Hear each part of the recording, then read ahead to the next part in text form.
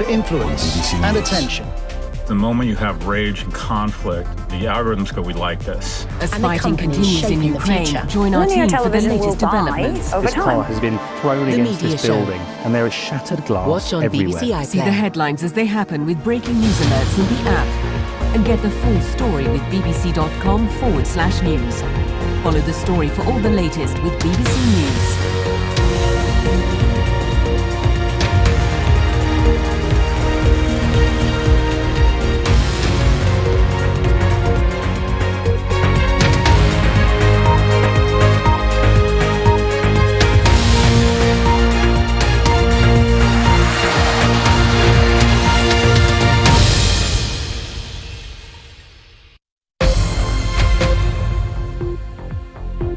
I'm Caitriona Perry in Washington, and this is BBC World News America.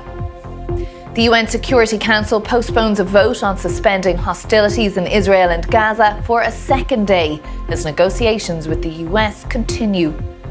Lava spews from an Icelandic volcano, but it's unlikely to have the same impact on flights as a major eruption did over a decade ago. And the BBC gets an inside look at the first legal cannabis being produced in an area infamous for it, the Netherlands.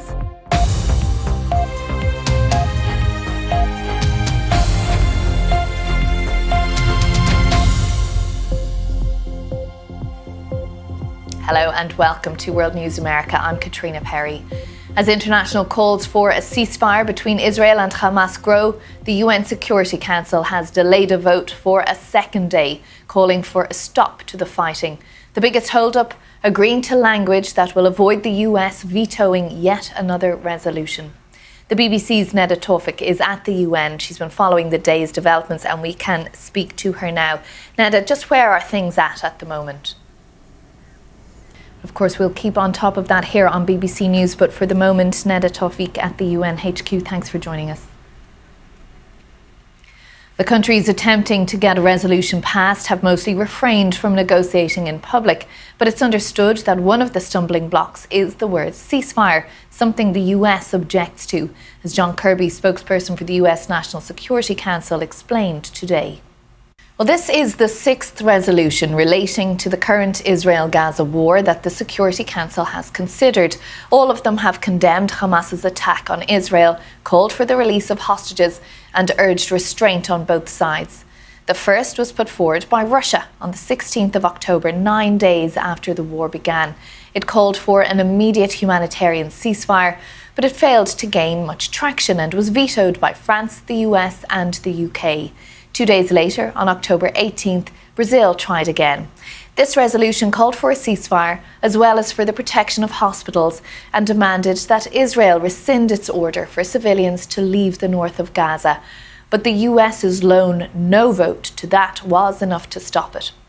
A week later, Russia tried again, but the UK and the US still exercised their veto. The same day, Russia and China used their veto against an American resolution condemning Hamas and reaffirming the country's right to defend itself. The Council has only passed one resolution on November 15th. That called for a humanitarian pause, language the US could live with, although it abstained. A week later, Israel and Hamas indeed began a humanitarian pause, which lasted 1 week before hostilities began again. A week after that, the US was the lone voice again opposed to a new ceasefire resolution and once again killed it with the veto. The question now is whether tomorrow's vote will be any different. And as those UN Security Council discussions do continue into Wednesday, humanitarian agencies are expressing frustration at the lack of aid being allowed into the Gaza Strip. A volcano in Iceland is still raging on following a dramatic eruption. The Reykjanes volcano is gushing lava and smoke in the southwest part of Iceland after weeks of intense earthquake activity. More than 4,000 residents of the nearest town, Grindavik, were evacuated recently just before the explosion. Reports say lava is flowing at a rate of 100 to 200 cubic metres per second. There are concerns about gas pollution in the region as fumes could reach Reykjavik between tonight and tomorrow morning. Our correspondent Nick Beak sent this report. Well, as you heard there, Iceland's last major volcanic eruption was in 2010, which caused an ash plume to rise several kilometres into the atmosphere, leading to weeks of international air travel disruption. Experts told the BBC there would not be the same level of disruption as 2010, but they say the eruption could last weeks or even months. I spoke to volcanologist at Lancaster University, Dave McGarvey. He's been studying the volcanoes in Iceland firsthand. At least 127 people were killed in an earthquake that struck northwestern China. The epicenter of the quake was in the remote Gansu province.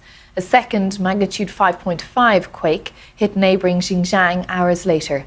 But sub-zero temperatures and icy conditions are making the rescue efforts more difficult. Chinese state media show rescue teams carefully picking through the rubble of collapsed buildings. Thousands of homes in remote villages have crumbled into rubble, and more than 700 people are reported to have been injured.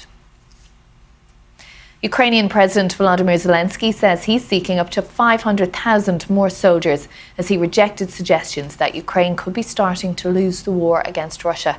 In an end-of-year news conference, he told the crowd that he's confident that the US, as he put it, won't betray Ukraine after Republicans in Congress blocked a $60 billion military aid package.